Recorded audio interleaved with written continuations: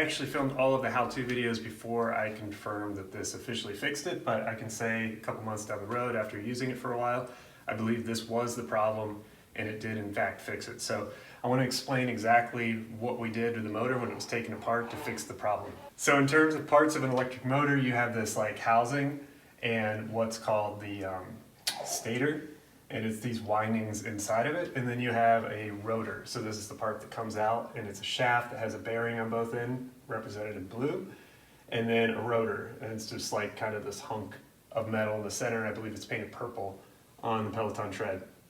And what was happening is when pressure was applied to the end of this output shaft, it was causing it to twist inside of the stator housing, and the rotor was actually rubbing on these windings ever so slightly, just making that kind of creaking, grinding noise.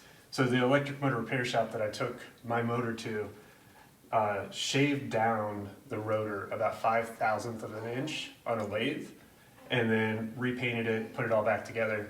That solved the problem. So hopefully if you have a similar noise, it's the same thing. You do have to take it somewhere that has a lathe, and they can look at it and generally like look at the windings and see if there's been any contact, and they should be able to fix it fairly easily. I'm going to walk you through kind of the basics of disassembling this AC motor, and then I'm going to show you kind of step by step how to reassemble it as well after you've repaired it or replaced the bearing. So the first step is to actually take off this end cap here. There are 4 screws, 4 Phillips head screws holding it in, and you've got a little grommet on top with the wiring coming from a speed sensor, so that kind of just pops out of a slot as you separate it from the main body assembly.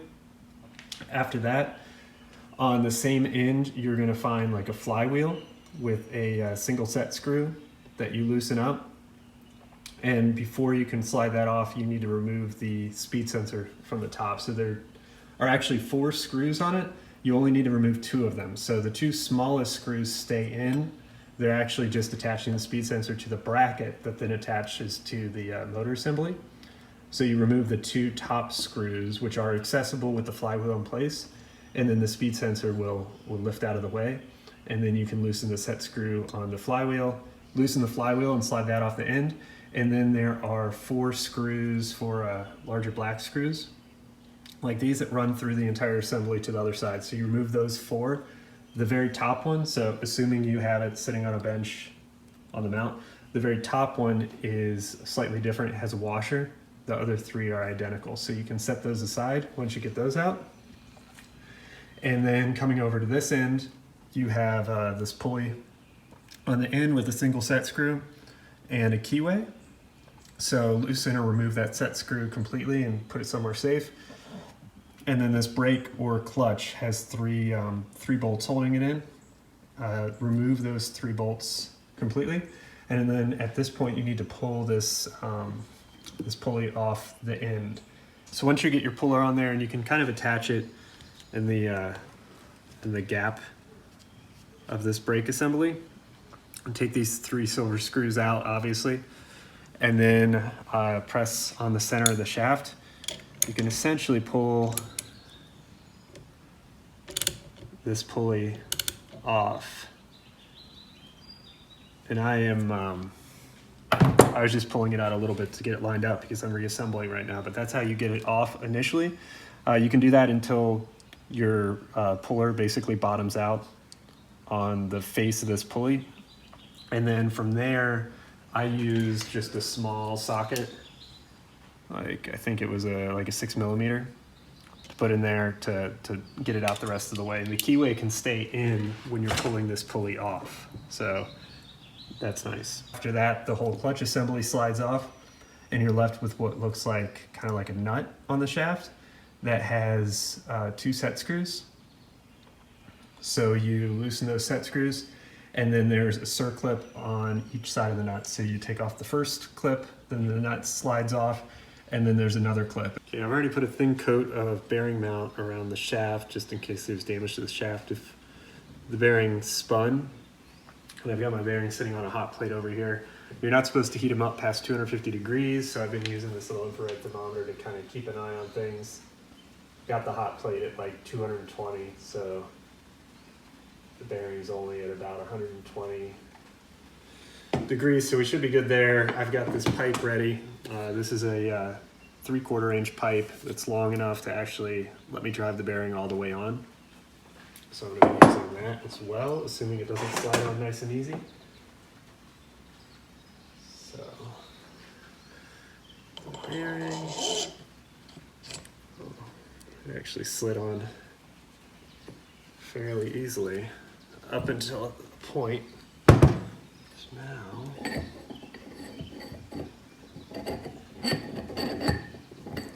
carefully get that into place. Let's see, we'll try this soft mallet first.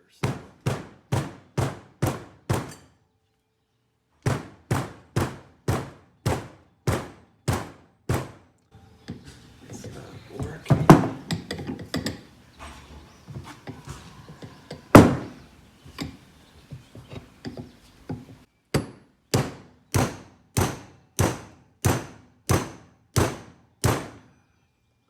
That's working.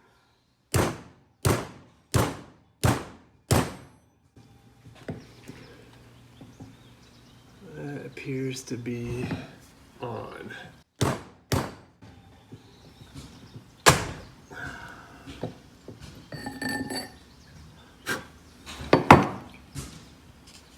So, bearing should go all the way on.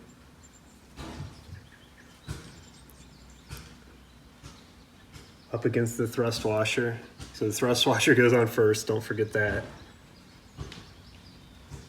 And then all the way on, and it should rotate freely, but it shouldn't spin very much on its own after you let go of it. And one thing to watch out for, so when I'm testing this, I keep hearing this noise, and it's my gloves or my fingers hitting these little aluminum fins. It makes it sound like the bearing's squeaking, but in actuality, it's nothing to do with the bearing. So that looks good. The bearing is on. So now it's time to begin reassembling it. And there's a few things you're going to want to pay attention to in terms of the orientation. So obviously you have this shaft and it's longer on one end. So this longer side is kind of your output, the drive end of the shaft. And then you have these two end assemblies. And if you look at them, one of them has this mounting point on it that was for that speed sensor that clipped in there. So this is for the non-drive end, or I'm just going to call it the back side of the motor. And it has a white kind of disc spacer, not sure what the technical term is in it. And then the other end is obviously going to be the front. And this one had this spring washer and then a white kind of foam disc spacer behind it. So that was the sequence they went in. It was the disc or the spring washer went on top. So the white one went in first. And then the main kind of housing assembly, if you look at it, the key indicator here will be what side the wires, the main wiring harness goes into. I'm gonna record a quick voiceover here. So I actually had this wrong when I made the video. You actually want the wiring harness to go in on the opposite side of the output shaft. So ignore the orientation that I'm doing here and do it the opposite way. If you happen to reinstall it incorrectly, it's really not that hard to switch it back around, but just make a note that it goes in the other way. So the wires go in toward the back of the motor, not the front of the motor. Careful not to damage any of the windings in here, because that'll cause you a lot more problems than you're already having. So you want to be very careful and gentle and slow and methodical with this. So I'm going to go ahead and lift it up and just gently feed it through.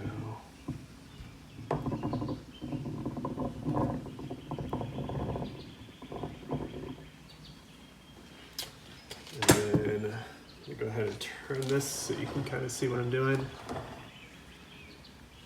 We're going to fit this piece back here, and once we have this on or kind of put in place, I'll figure out how it should be oriented relative to the main assembly. So So that's kind of pressed into place, and we can still rotate it and get it lined up the way that we need to. So I'm going to reference my pictures really quick and see how that needs to be.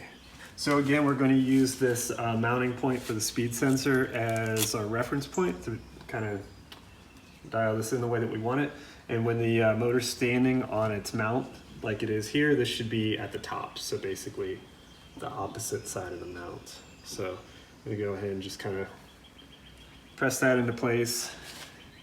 And I don't think it's very critical if it's off a few degrees or even if it's not quite oriented correctly, but it's best to just put it back together as closely to how it was originally put together, minus the obvious defects.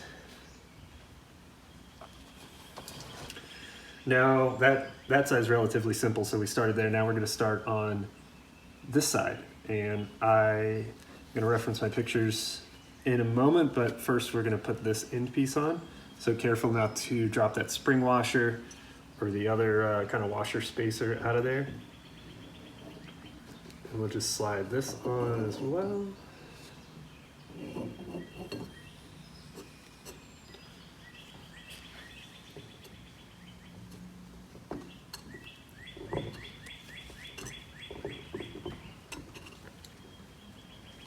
You can feel the effect that spring washer has.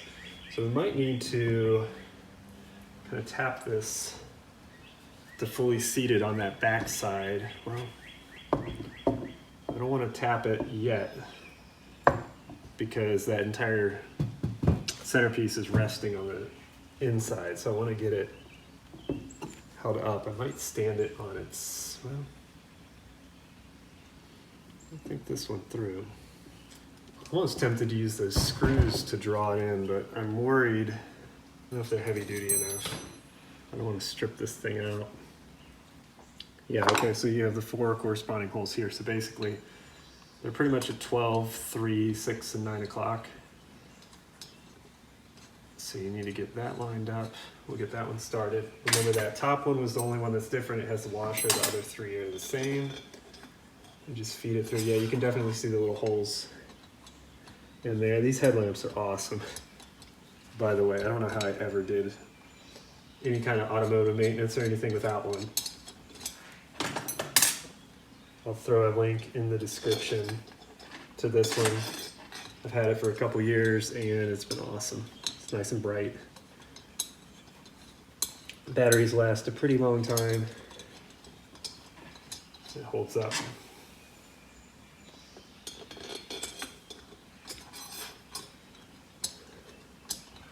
And it's bright enough, it's nice when you're camping or something like that, you can just like take it off and lay it on the floor of your tent and turn it on and illuminate the tent, kind of like ambient lighting. Okay, cool. So these are all started. Screwdriver. This is a joke. The screwdriver's too small.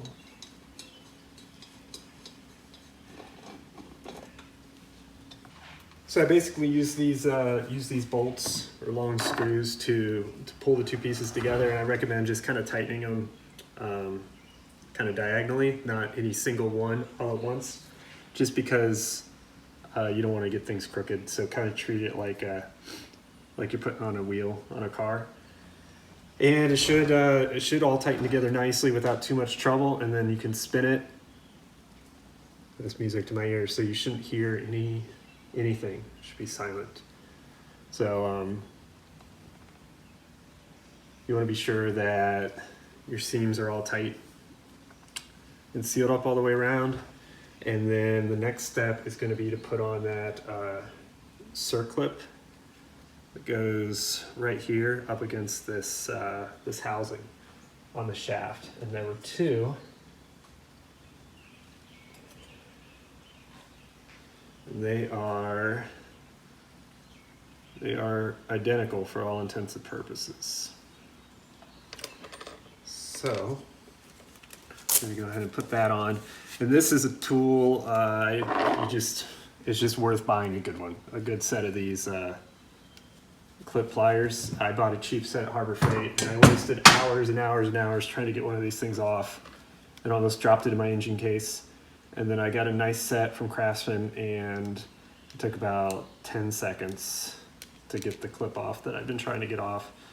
So this is a case where you shouldn't go cheap on your tools. So got that set up. I'm gonna put it on, try not to scratch the shaft as best you can. It's actually a lot easier to put on than take off, it seems like. And I push it back as far as I can. Just gotta go the rest of the way with that screwdriver, maybe? Yeah. Okay. So it is on. So next up, we're gonna put this little like hex nut thing on. Oops. Looks like this, and it has a set screw in it if you left the set screw in. And there is a little keyway that corresponds with this notch. And if you look at it, you'll see there's probably a little mark or an indentation where that set screw went in. So if you want to put it in the exact same way, that mark goes up facing you, and then it goes toward the inside as well. So we're going to set that in there just like that. And then this piece goes on with the hex nut facing out and the round part facing in. I'm going to slide that over that and over that keyway. And this needs to go back far enough to leave space. There's a little groove here for the next circlip. So it basically goes right up against the one that you just installed.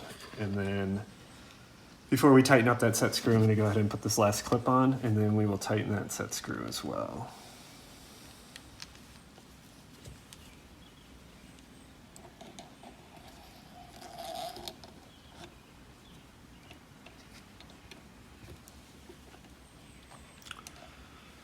And this is actually the piece that the brake or the clutch, I guess it could be either or, it's kind of the same principle, grabs onto. Oh, and there are 2 set screws on there. I forgot about the second one. So, where are my Allen keys? Oh, probably should have cleaned this up ahead of time. Was this the right size? And it doesn't look like, oh, here we go.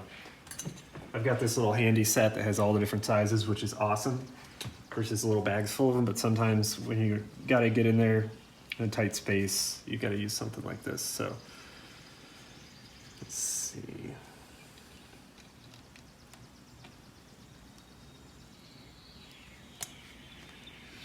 And if I remember correctly, these weren't terribly tight. Right, so the purpose of them is just to keep it from sliding laterally. That keyway is going to keep it from twisting, and that's where the real force is being applied anyway. So don't go crazy here. There's no reason to snap your Allen wrench. There we go. I'm still turning it, not getting any noise, nothing's rubbing, so far so good. I actually think we're doing pretty well here. This is fair. The electric motors are pretty simple, so this is a relief. So again, I think I mentioned a wire was going across the top here between like the first 2 vents at 1 o'clock. So you kind of want to put this on with that in mind. And actually, you're going to be able to rotate it. Once it's on, you've got to get it over that nut that we just put on. And then I'd imagine, yeah, the wire kind of wants to lay like that anyway. So it pretty much installed just like this. And I believe these were the fasteners used. Let's see. It appears to be. And these are going to be hex heads as well, but they're much easier to get to. Let's see if we can get this started.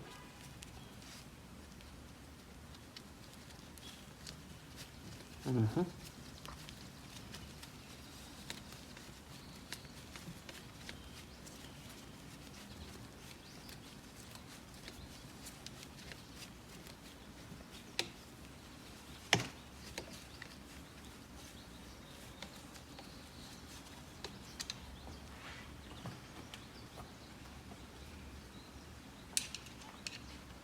And I'm not tightening these until I get them all in and threaded for the most part and all the way, because I might need to shift this around a little bit to get it all seated.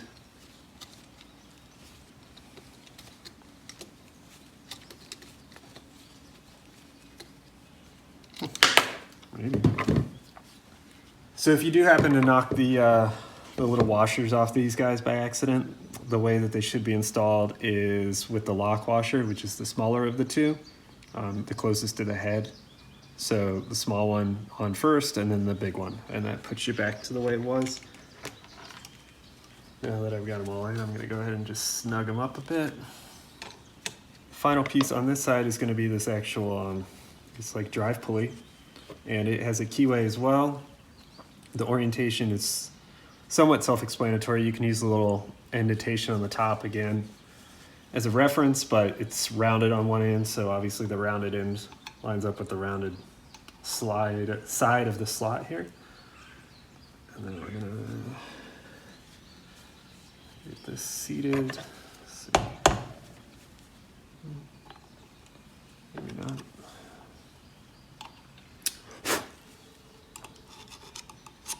Just getting a little bit of dirt in there.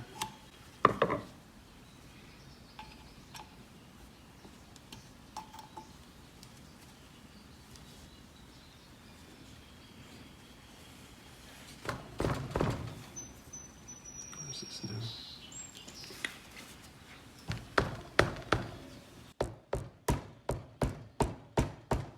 Just kind of tap that into place. And then this goes on with the rib side facing out. That's what your belt grabs onto. And it's kind of a tight fit. Yeah, I guess that makes sense. We had to pull it off. So make sure it's going on there straight, and I guess we'll just tap it on.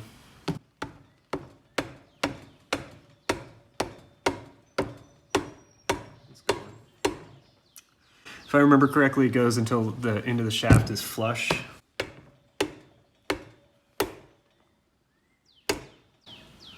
Which is, I actually went a little too far. So I may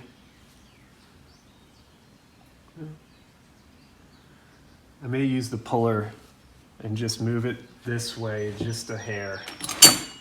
So I want it to be lined up exactly how it was before. Alrighty, so I've got the pulley lined up just right, so I'm gonna put the set screw back in.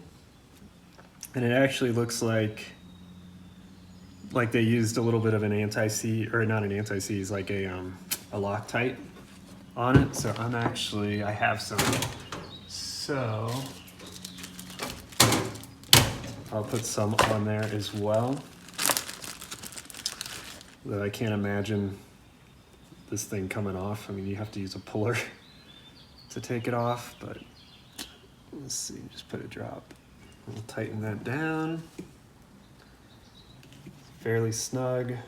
Now we have like the front portion of it reassembled. I'm gonna spin it around and work on the back. It's very heavy. It's shockingly heavy. So, what do we have back here? I think the back is fairly straightforward. We just have this, I don't know what you would call this, just like a flywheel. It's going to be a corresponding set screw. Oh, yeah, the set screw's in it. So there should just, it might fool you because it's so far down in there, but the set screw I left in there. And then there's a flat side of the shaft that you're going to have to line up with that set screw. So we'll use that trick that I talked about earlier with the drill battery to release the brake, because right now it's locked in place, and rotate it around. Spun this around so that I could get to the set screw, and you want it the set screws side facing outward, and then like I said, the flat part of the shaft here lines up with the set screw, and just like the other ones, you can see where it was indented to determine where it goes, and pretty much just looks like it slides on all the way. There's a little shoulder there to keep it from rubbing on this rear housing. So once you get your little flywheel on here, it's time to put the RPM sensor back on. Should just slide into place. Yeah. Like that. And actually, now that I have that on there, I see I want this to be more centered in the middle of the sensor. It's a little too close to that end, so I am going to loosen up this set screw.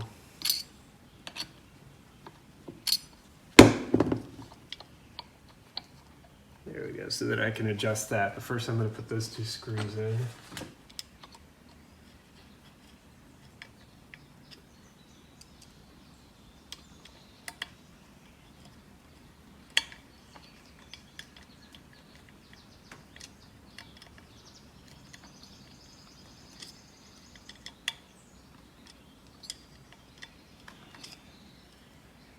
Go.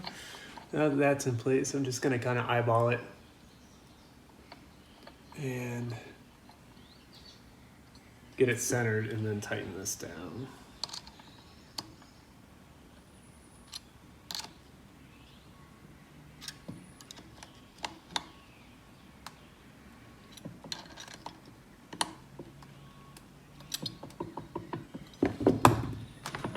There we go.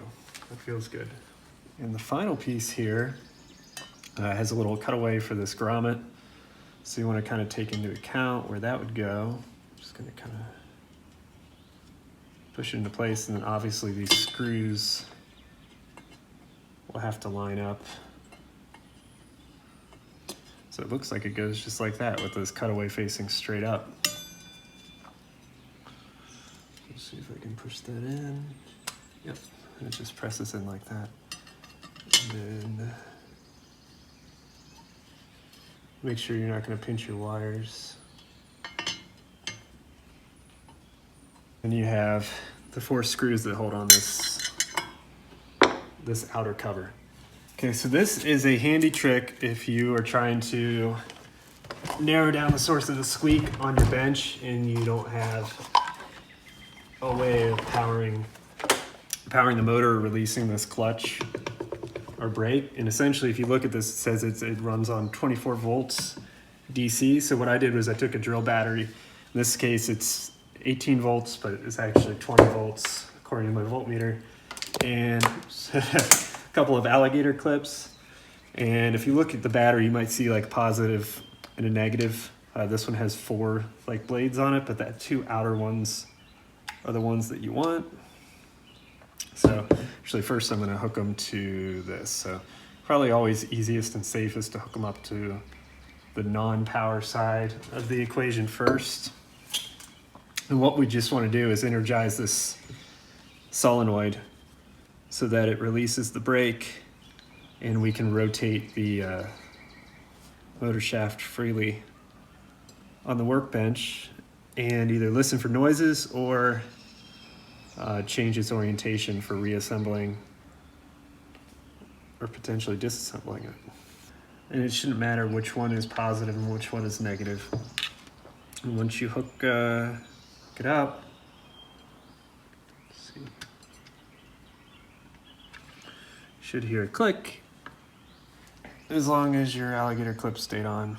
So now we'll hear the click. Okay, so now that it's energized, the solenoid releases it. You can spin it freely.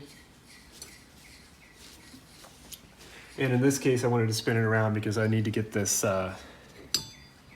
flywheel on, and the set screw goes on the flat portion. So you're good to go there. So a little trick for releasing the clutch or the brake on your bench using a drill battery.